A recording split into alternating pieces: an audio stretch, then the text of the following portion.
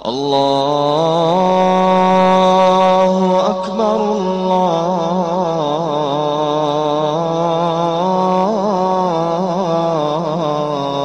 اکبر اشہد ان لا اعوذ باللہ من الشیطان الرجیم بسم اللہ الرحمن الرحیم۔ ایران کے 31 صوبوں میں سے ایک جنوب مشرق میں واقع کرمان صوبہ ہے، جس کے معروف شہر میہان کے وسط میں وہ عالی شان مقبرہ اس شخصیت کا موجود ہے جنہوں نے 1431 عیسوی میں 105 سال کی عمر میں انتقال فرمایا، اور جن کے ذکر اور تذکرے کے بغیر آخر الزماں پر گفتگو نہیں ہو سکتی، اور وہ شخصیت ہے جناب نور الدین کی، تاریخ جنہیں حضرت نعمت اللہ ولی کے نام سے یاد کرتی ہے۔ ان کا سلسلہ نسب حضرت موسیٰ کاظم سے ملتا ہے، اور وہ شام کے شہر حلب میں پیدا ہوئے۔ انہوں نے قرآن سید جلال الدین خوارزمی سے پڑھا، جبکہ علم کلام شیخ شمس الدین مکی سے مکہ المکرمہ میں حاصل کیا، اور اس دوران آپ 7 سال مکہ میں مقیم رہے، اور پھر ایران، افغانستان، مصر، شام، سمرقند، تبریز، ملتان اور کشمیر کا سفر بھی کیا۔ وہ موسم سرما غاروں میں گزارتے، اور لوگوں نے اس دوران ہزاروں کی تعداد میں ان کی بزرگی اور کرامات کا اعتراف کیا، اور پھر وہ ایران میں یزد کے علاقے میں گئے، جہاں انہوں نے خانقاہ تعمیر کی۔ وہاں لوگ دور دور سے آتے، اور وہیں جب ان کا انتقال ہوا تو سلطان شہاب الدین بہمی نے ان کا مقبرہ تعمیر کیا۔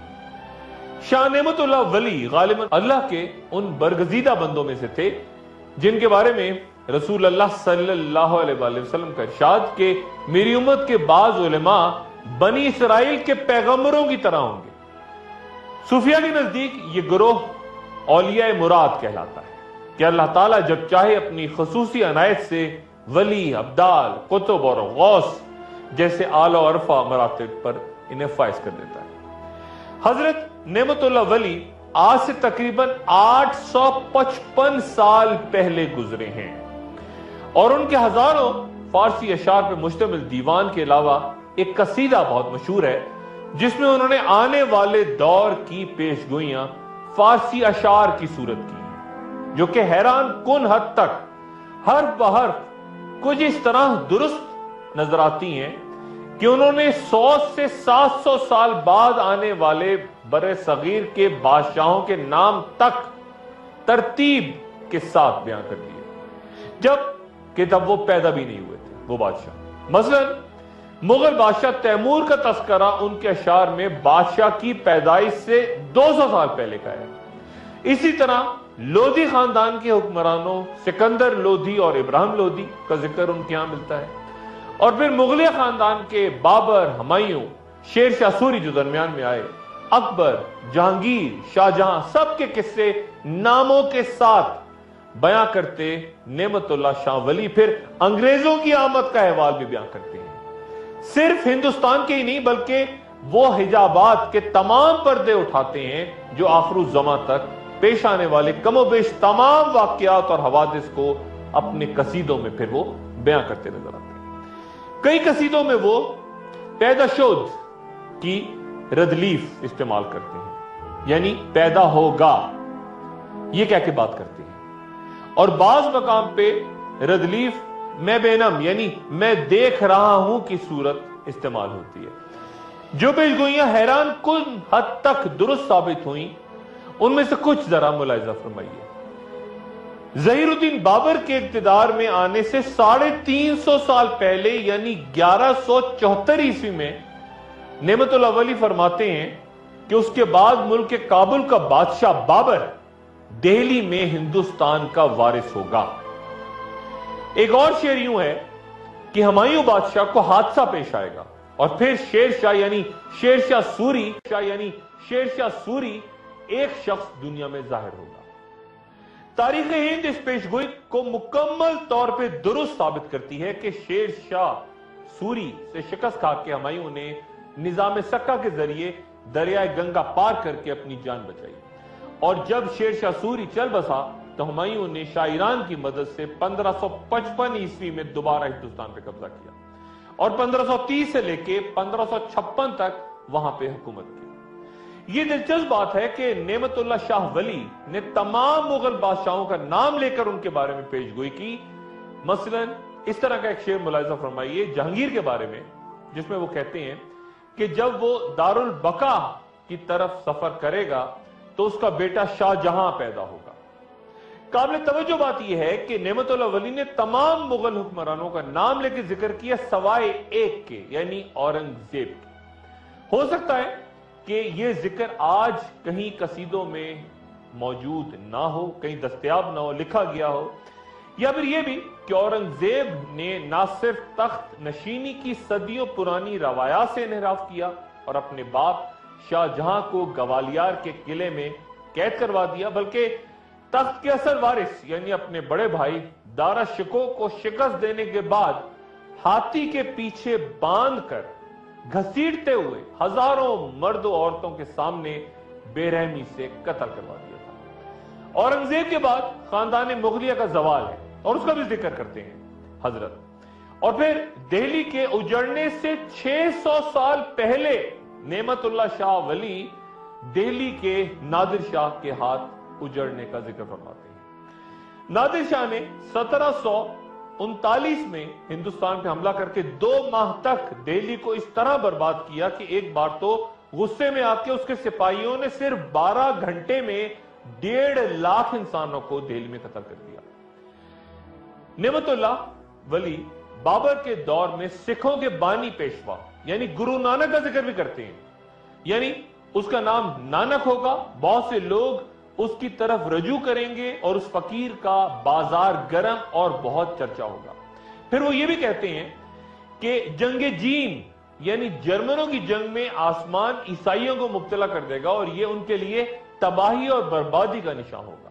پہلی جنگ عظیم جو کہ 1914 سے 1918 تک اور پھر 21 سال بعد دوبارہ جرمنوں اور عیسائیوں کے درمیان دوسری جنگ عظیم کی صورت ہوئی، ایک حیران کن نتیجہ نعمت اللہ شاہ ولی ان جنگوں کا یوں بیان کرتے ہیں. یعنی اگرچہ اہل برطانیہ جرمنوں پر فتح پا لیں گے لیکن پھر بے حد کمزور ہو جائیں گے. اور پھر وہ فرماتے ہیں کہ اگرچہ انگریز ہندوستان کو خود ہی چھوڑ جائیں گے مگر وہ لوگوں میں ایک جان لیوا جھگڑا چھوڑ کے جائیں گے. غور کیجئے یہاں نعمت اللہ شاہ ولی مسئلہ کشمیر کا ذکر فرما رہے ہیں. اور پھر وہ کئی سال بعد سقوط ڈھاکہ کے پیش گوئی بھی کرتے ہیں. یعنی مسلمانوں پر اپنے ملک کی زمین تنگ ہو جائے گی اور تباہی و بربادی ان کی تقدیر میں ظاہر ہوگی. پھر نعمت اللہ شاہ ولی 1965 کی جنگ کا تذکرہ این دنوں کتنے ڈیز میں یہ لڑی گئی اس کی مدت کے ساتھ بیان کرتے ہیں اور فرماتے ہیں کہ 17 روز کی جنگ کے بعد اللہ کے فضل و کرم سے اسلام کی غازی خون ریزی کر کے کامیاب ہوں گے. ماضی میں حیران کن حد تک درست ہوتی پیشگوئیوں کے بعد ذرا زمانہ حال کی پیشگوئی پہ نظر ڈالیں اور پھر میں آپ کو یہ بتاؤں گا کہ نعمت اللہ شاہ ولی مستقبل کے بارے میں کیا کہتے ہیں. عصر حاضر کے بارے میں بے شمار ان کی روایات، لیکن ایک شعر ذرا ملاحظہ فرمائیے. یعنی اس وقت کسی کو اہل حق نہ دیکھے گا، لوگ چور اور ڈاکوؤں کے سر پہ دستار رکھیں گے. آخر الزماں کے بارے میں 855 سال پہلے نعمت اللہ ولی کی پیشگوئیاں انتہائی اہم تصور ہوتی ہیں کہ ماضی و حال میں ان کی تمام جتنی باتیں انہوں نے کہیں وہ ہو بہو پوری ہوئی. مستقبل کے کسی دور کے بارے میں وہ فرماتے ہیں کہ اس واقعے کے بعد، کس واقعے کے بعد یہ واضح رہی کہ وہ کہتے ہیں کہ اس واقعے کے بعد ہندوستان میں ایک شورش ظاہر ہوگی اور اس سرزمین پہ فتنہ و فساد بپا ہوگا. کس واقعے نے یہ ہنگامہ شروع کیا اس کے بارے میں جیسے میں نے پہلے بیان کیا کوئی نہیں جانتا. پھر وہ کہتے ہیں کہ یعنی اس خلفشار کے وقت بت پرست قوم کلمہ گو مسلمانوں پر اپنے ہندوانہ قہر و غضب کے ساتھ ظاہر ہوگی. اس جنگ کے دوران یہاں لڑتے مسلمانوں کے بارے میں 3-4 اشعار انتہائی توجہ طلب ہیں. یعنی ان کی مدد کے لیے شمال مشرق کی طرف سے فتح حاصل کروانے کے لیے غائبانہ مدد آئے گی. پھر وہ کہتے ہیں یعنی ترکی، عرب، ایران اور مشرق وسطی سے امداد کے لیے ان کے پاس لوگ دیوانہ وار آئیں گے. اور پھر اس جنگ میں اتحاد کیسے ہوگا اس بارے میں ان کا یہ شعر ملاحظہ کریں. یعنی ترکی، چین اور ایران والے یہ بھی سب یکجا ہو جائیں گے اور یہ سب بھی ہندوستان کو غازیانہ طور پہ فتح کروائیں گے۔ یہ جنگ کس قدر خونریز ہوگی، اس بارے میں نعمت اللہ شاہ ولی فرماتے ہیں کہ دریا اٹک کافروں کے خون سے 3 مرتبہ بھر کے جاری ہوگا۔ اس شعر کی سمجھ بوجھ اس وقت تک ناممکن ہے جب تک اس پیشگوئی پہ نظر نہ ڈال لیں جس کے بارے میں وہ فرماتے ہیں، یعنی پنجاب، شہر لاہور، ملک کشمیر نصرت شدہ آزاد کشمیر یعنی دریا گنگا اور دریا جمنا کا علاقہ اور بنجور شہر مسلمان فتح کر لیں گے۔ بہت سے صاحب علم ان پیشگوئیوں کو ان احادیث کے ساتھ ان کے تناظر میں دیکھتے ہیں جہاں پہ ذکر ہوا ہے غزوہ ہند کا۔ تیسری متوقع جنگ عظیم کے بارے میں نعمت شاہ ولی فرماتے ہیں، یعنی ہند کی طرح مغرب کی تقدیر بھی خراب ہوگی اور تیسری جنگ شروع ہو جائے گی۔ پھر ان کا کہنا ہے، یعنی اس بڑی جنگ میں شکست خوردہ جرمنی یا جاپان روس کے ساتھ برابری کرے گا یا مل جائے گا، اور اس جنگ میں جہنمی قسم کے انتہائی مہلک آتشی ہتھیار استعمال ہوں گے۔ نعمت اللہ شاہ ولی کے مطابق یعنی اچانک حج کے دنوں میں امام مہدی ظاہر ہوں گے اور یہ تمام دنیا میں بات مشہور ہو جائے گی۔ اس کے بعد اصفہان شہر سے دجال ظاہر ہوگا، اصفہان شہر سے، اور اس کے قتل کرنے کے لیے عیسیٰ علیہ السلام آسمان سے اتریں گے۔ اور ایک شعر ان پیشگوئیوں کے نازک ترین مرحلے پہ نعمت اللہ شاہ ولی کا یوں ہے کہ اے نعمت اللہ شاہ خاموش ہو جا، رب کے رازوں کو ظاہر نہ کر۔ نعمت اللہ شاہ ولی کی پیشگوئیاں کچھ 2000 اشعار کے قریب بیان ہوتی ہیں، جن میں سے صرف 350 اب آج کے وقت دستیاب ہیں، اور 1000 سال پر محیط اتنی طویل اور مستند پیشگوئی کرنے کا یہ غیر معمولی مرتبہ کسی اور روحانی شخصیت کو اللہ نے غالباً عطا نہیں کیا۔